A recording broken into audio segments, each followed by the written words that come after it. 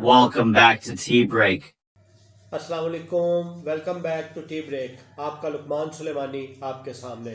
Viewers कैसे हैं आप? ठीक हैं? उम्मीद है इंशाल्लाह ठीक होंगे।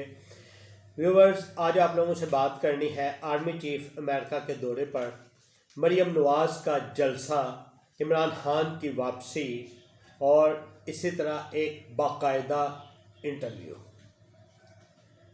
चले हम इससे पहले कि आप लोगों से डिटेल से बात करें, आप लोग चैनल को सब्सक्राइब कर लें, बेल के बटन को ऑन कर लें। बेल के बटन को ऑन करते हुए आप ऑल नोटिफिकेशन वाले बटन को ऑन किया करें ताकि तमाम आने वाली वीडियो का नोटिफिकेशन आप लोगों को मिल सके।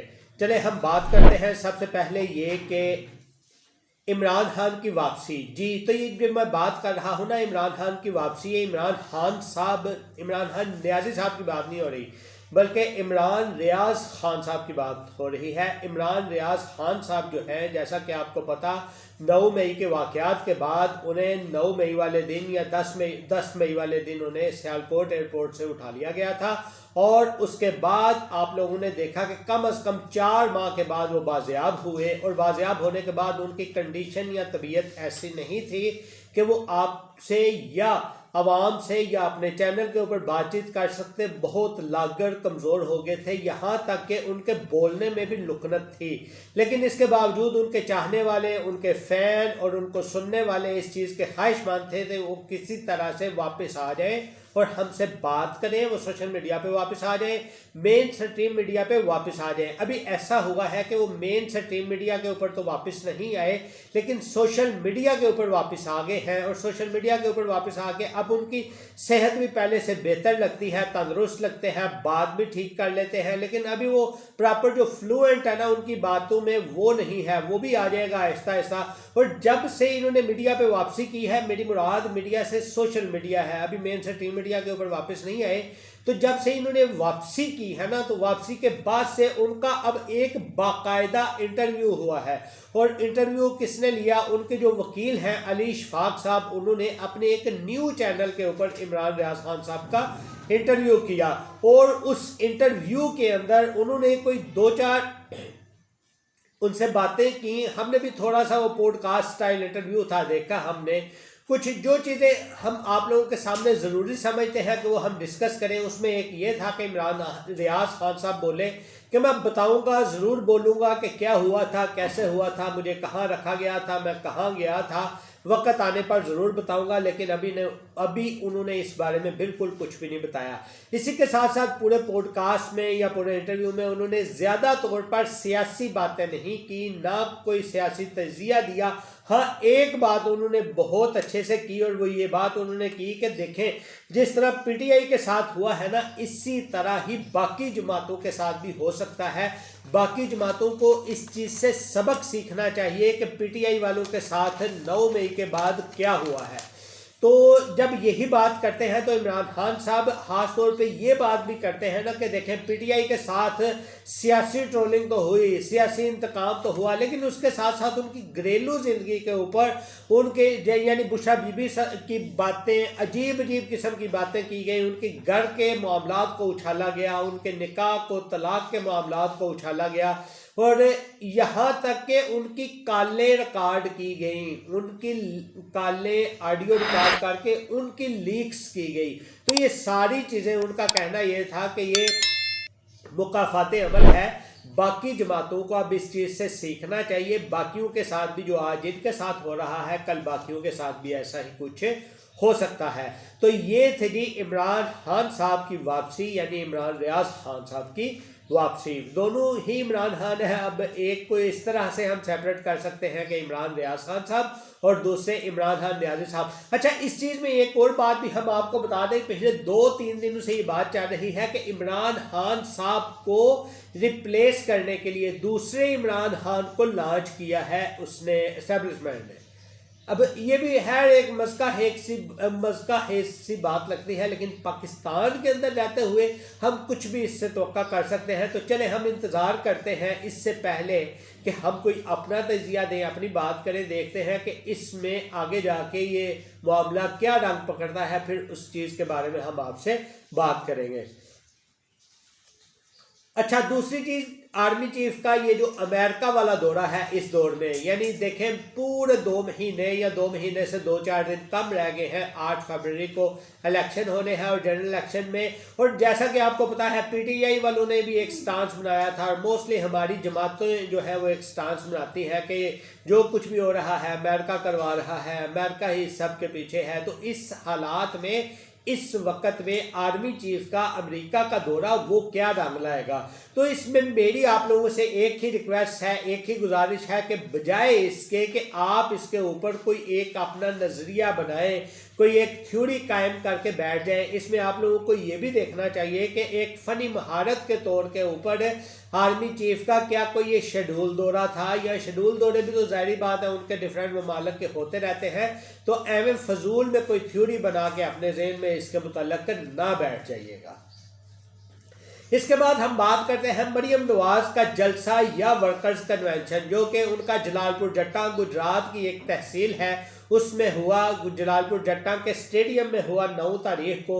हम उसकी बात करते हैं। उसकी बड़ी बाज़गश्त सुनाई जा रही है। बाज़गश्त इस तरह कि कुछ जो है इसको फलाप कह रहे हैं और कुछ कह रहे हैं कि बहुत अच्छा शो था, बहुत अच्छा जलसा था। तो चले हम इसको देखते हैं कि क्या वाकई वो एक अच्छा शो था या फ्लॉप शो था। जब हम इसको देखते हैं तो हमें नज़र आता है कि पंडाल के अंदर जो है वो शुरका के लिए 6000 कुर्सियाँ लगाई गई थी। कितनी कुर्सियाँ लगाई गई थी? 6000। अच्छा, अब पंडाल में कुछ ऐसे मंचले भी नजर आए जिन्होंने पंडाल में इमरान खान जिंदाबाद के नारे लगाने शुरू किए और खुद ही वीडियो बना के उनको वायरल भी करना शुरू किया। बहरहाल जी हम बात करते हैं कि पंडाल में जो कि काउंटिंग की गई शुरका की वो 7000 से 8000 तक की गई। वो जो 7000 से 8000 तक काउंटिंग की गई यानी 6000 की कुर्सियां लगी थी, तो उनमें 7 से 8000 मेरे ख्याल में ये है कि कम से कम कुर्सियां तो बढ़ ही गई। तो एक मुनासिब जो है वो जलसा था, यानी मुनासिब शुरका मौजूद थे।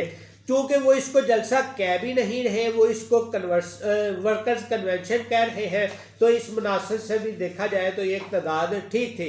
लेकिन मुख्तलिफ चैनल्स के ऊपर मुख्तलिफ वीडियो जो हुई है ना वायरल, वो ये हुई है कि मरियम नवाज साहिबा तकरीर कर रही हैं और लोग जो हैं वो पंडाल छोड़ के जा रहे हैं और निकलते जा रहे हैं और तादाद पंडाल में कम होती जा रही है।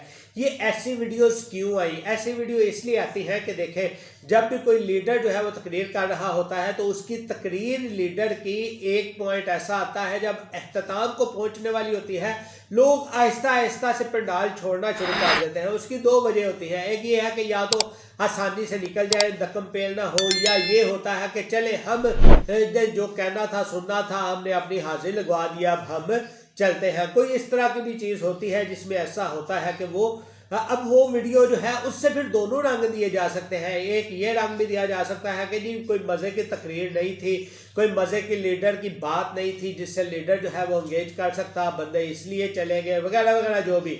लेकिन जो ओवरऑल तादाद आई है 7 से 8000, उस तादाद के मुताबिक ये एक मुनासिब सा जलसा था। मुनासिब सा जलसा हम इसको क्यों कहेंगे? कोई थोड़ा सा बैकग्राउंड भी आप देखें गुजरात का हल्का जो है, गुजरात में जलालपुर जट्टा का जो हल्का है खासतौर पर, ये एक मुस्लिम लीग काफ यानी चौधरीयों का हल्का है। तो चौधरीयों के हल्के में एक इस तरह का शो करना ये भी एक जो है चैलेंजिंग पॉइंट था। और इस चैलेंजिंग पॉइंट के जो मेज़बान थे ना वो कोई चौधरी नहीं थे। चौधरी होते तो इसका दूसरा रंग होता। ये मेज़बान जो है वो नून लीग के एक रहनुमा जो कि सूबाई असम्बली के उम्मीदवार हैं अली वराई साहब, यानी चौधरी अली वराई साहब थे इसके। और उसी सीट के जो कौमी उम्मीदवार हैं, कौमी असम्बली के उम्मीदवार हैं, वो नवाबजादा गजनफर गुल साहब थे।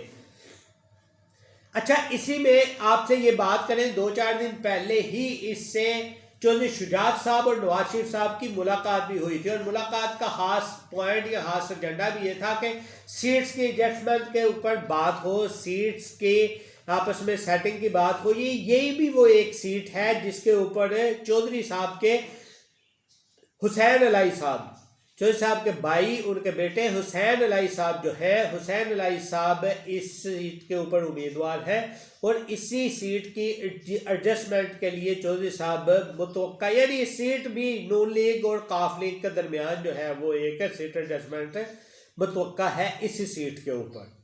और ये चौधरी हुसैन अलाई साहब थे ना, ये पहले पीटीआई में चले गए थे परवेज लाई और मोहम्मद लाई के साथ, लेकिन ये फिर वापस आ गए पीटीआई से काफ लीग की तरफ ही। अब ये काफ लीग के बाकायदा मेंबर है और काफ लीग से ही इनको सीट दी जाएगी। सीट एडजस्टमेंट के बाद अगर बात होती है, अगर नहीं बात होती सीट एडजस्टमेंट की, तो वो अगर सीट एडजस्टमेंट इस तरह भी हो सकती है कि इन्हें सीट ये प्रोवाइड कर दी जाए। दूसरा ये भी हो सकता है इन्हें कुर्बानी दिलाई जाए इस सीट से कि ताकि ये नून लीग के लिए जगह छोड़ दी जाए। तो देखते हैं हम क्या होता है। दिन अब थोड़े ही रह गए हैं, पिक्चर क्लियर होना शुरू हो गई है, क्योंकि इसका जो रिजल्ट आना है वो 8 फरवरी को आना है और उसमें 2 महीने से भी बहुत कम टाइम बाकी रह गया है। अब हम बात करते हैं कि मरियम नवाज ने अपने उस जलसे या वर्कर्स कन्वेंशन में खिताब क्या किया। उस खिताब में उन्होंने जो चीदा बातें थी वो आपके साथ शेयर करते हैं। सबसे पहली बात तो उन्होंने ये बोली कि नवाज शरीफ साहब को जो अभी फेवरेट करार दे रहे हैं, इस पॉइंट ऑफ व्यू से कि उनको फेवर मिल रही है, तो उनको शर्म आनी चाहिए ये कहते हुए कि उनको फेवर मिल रही है। ये उनका कहना था, मैं नहीं अब आपको कोई सजेशन दे सकता कि वाकई शर्म आनी चाहिए या नहीं आनी चाहिए। बहरहाल ये उनका पॉइंट था जो मैंने आप तक पहुंचाया।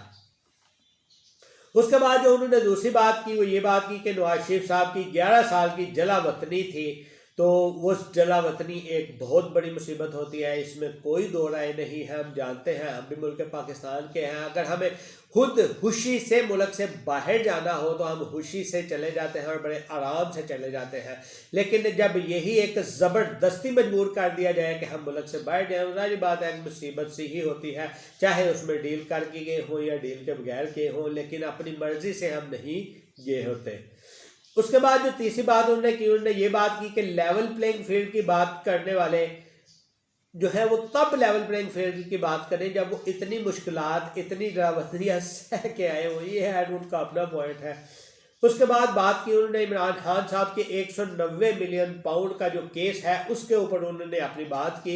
अच्छा, उस बात में भी बात करते हुए अमूमी तौर पे ये होता है कि ये बाकियों को घेरते हैं, जुल्फी बुखारी को, इमरान खान को, बुशा बीबी को, फरह गोगी को, बाकियों को घेरते हैं, लेकिन उसमें एक ख़ास नाम जो है उसको सिर्फ प्रॉपर्टी टाइकून के नाम से याद करते हैं। अब बहरहाल मेन मरकजी किरदार तो 2 ही थे जो हमें नजर आते हैं, इमरान खान साहब और दूसरा जिनको प्रॉपर्टी टाइकून कह दिया जाता है। बहरहाल इसके ऊपर उन्होंने बात की। इसके बाद अगली बात उन्होंने जो की वो ये की कि नवाज शरीफ साहब के ऊपर जो करप्शन के झूठे इल्ज़ामात लगे हैं वो इल्ज़ामात सरासर झूठे थे, इसलिए बड़ी आन शान से नवाज शरीफ साहब जो है वो वापस आगे हैं, वगैरह वगैरह इसी तरह की सारी बातें उन्होंने की। और करते करते फिर वो आप लोग अब खुद देख सकते हैं इस चीज़ को, ये फुलाब जलसा था या कामयाब था। बहरहाल मैं अगर ज़ाती तौर पर देखूँ तो ये ना फुलाब था ना कामयाब था।